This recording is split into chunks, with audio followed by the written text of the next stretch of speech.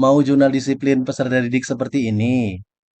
Kita input namanya, langsung muncul perempuan, kelas, dan NISN-nya. Terus kita tinggal masukkan data pelanggarannya, dan kita masukkan catatannya terlambat 5 menit. Selanjutnya dari hasil yang sudah kita input ini, kita masukkan ke tabel bawahnya. Keren bukan? Kita ganti ke anak yang lain, misalnya di sini juga dia atribut, tidak pakai dasi, kita simpan. Untuk tanggal sudah menyesuaikan tanggalnya, ya. Nomornya juga sudah menyesuaikan.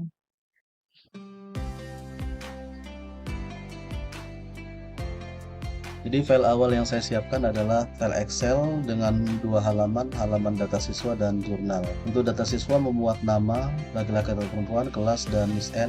Untuk jurnal seperti ini, belum ada rumus, baru format saja ini.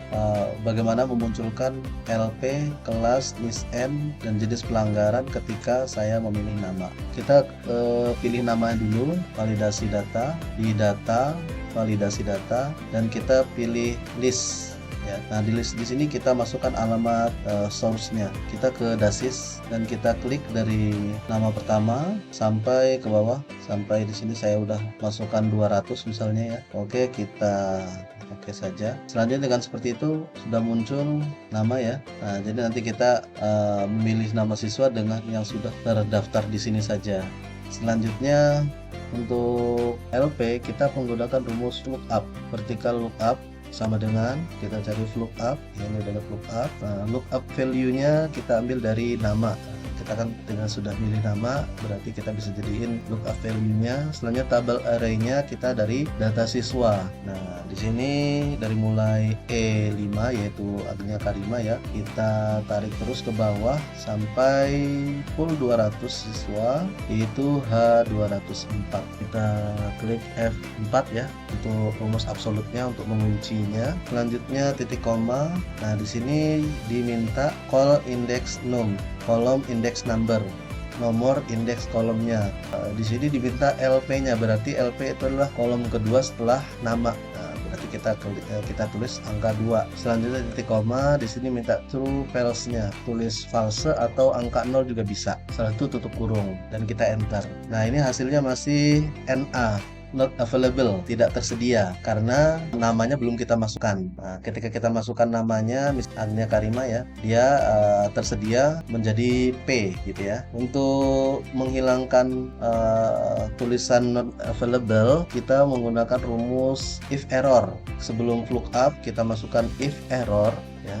Nah, di sini jika error titik koma, maka yang keluar adalah kosong. Jadi tanda petiknya kita kosongin. Tapi kalau kita bilang jika error isi dengan titik-titik, maka ya juga bisa. Nah, di sini kalau kosong dia titik-titik gitu. Tapi kalau titik-titik ini kan nggak bagus, kita hapus aja titik-titiknya. Oke, jika kosong ya dia kosong. Selanjutnya kita copy rumusnya, ini udah jadi rumusnya. Nah, kita paste di kelas. Di kelas ini kalau tadi kita lihat kolom untuk kelas itu di nomor 3 ya, kita tulis angka 3. Nah gitu ya. Selanjutnya NISN di angka 4, kita tulis angka 4 di sini. Oke, kita waktunya pembuktian, kita masukkan namanya ya, Alvan Aminuddin. Nah di sini udah keluar ya, dia laki-laki, kelas 11 di NISN-nya.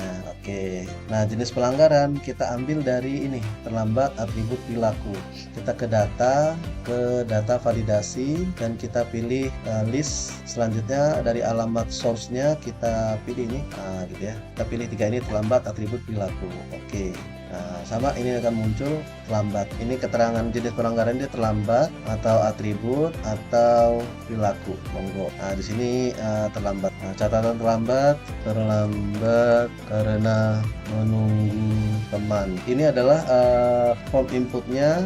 Selanjutnya bagaimana caranya kita menyalin input data ini sehingga bisa masuk ke tabel di bawah. Kita gunakan bantuan makro, yaitu di menu developer kita record makro, kita buat jurnal ya, nama makronya silahkan menyesuaikan.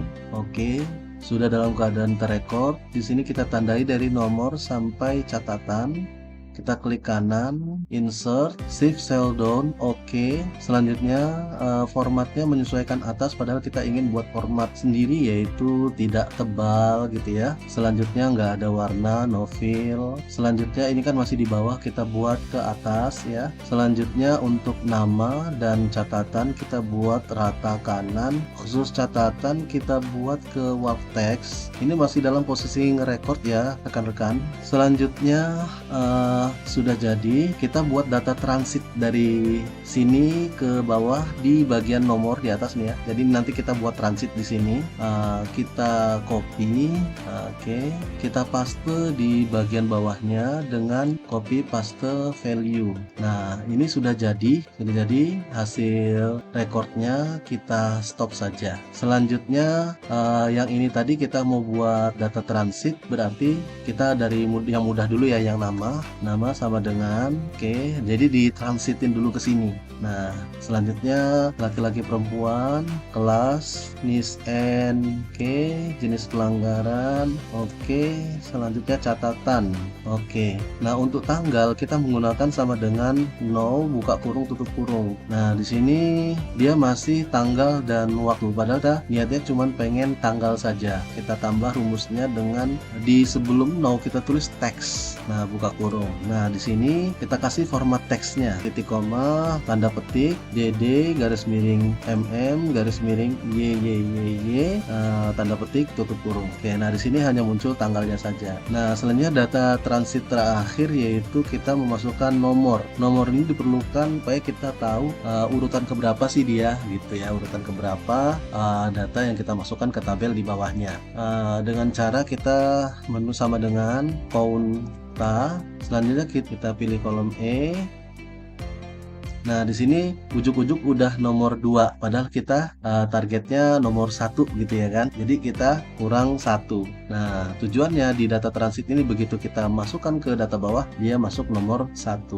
Sebenarnya bagaimana cara kita masukkan data transit ini ke tabel bawahnya? Kita menggunakan bantuan insert. Kita akan menggunakan rekaman makro tadi ya, pakai illustration dan shape. Shape ini ya tombol ya. Kita buat tombol, mode tombol begini. Nah, selanjutnya di ini. Nah, ini juga fungsinya mengapa saya kasih jarak antara yang di atas dan bawah supaya kita bisa kasih menu tombol ini. Kita hias tombolnya dengan ini misalnya. Selanjutnya kita kasih tulisan simpan. Nah, kita sesuaikan di home, kata tengah. Oke, kita besarkan. Nah, ini kalau kurang besar kita besarkan untuk hurufnya. Oke, ini agak dikecilin aja. Oke, biar minimalis gitu ya. Selanjutnya klik kanan di ini, kita assign makro. Nah, tadi kita sudah buat makro jurnal ya. Kita pilih dan kita oke. Nah, di sini sudah ada data transit yang kita bisa simpan di bawahnya. Oke ya. Oke. Selanjutnya kita ganti nama misalnya Budi Hartono. Nah, dia perilakunya selanjutnya di sini mungkin tidur saat belajar, mapel, IPA misalnya ya kan. Nah, ini kita dari data transit ini kita simpan ke bawah. Nah, ini untuk data transit ini kan gak enak nih kalau masih kelihatan. Kita tandai dan kita buat hurufnya menjadi putih seperti itu. Dan ini bisa menjadi jurnal harian kita. Demikian tutorial dari saya. Ini akan saya simpan dan hasil simpanannya akan saya upload di deskripsi video ini.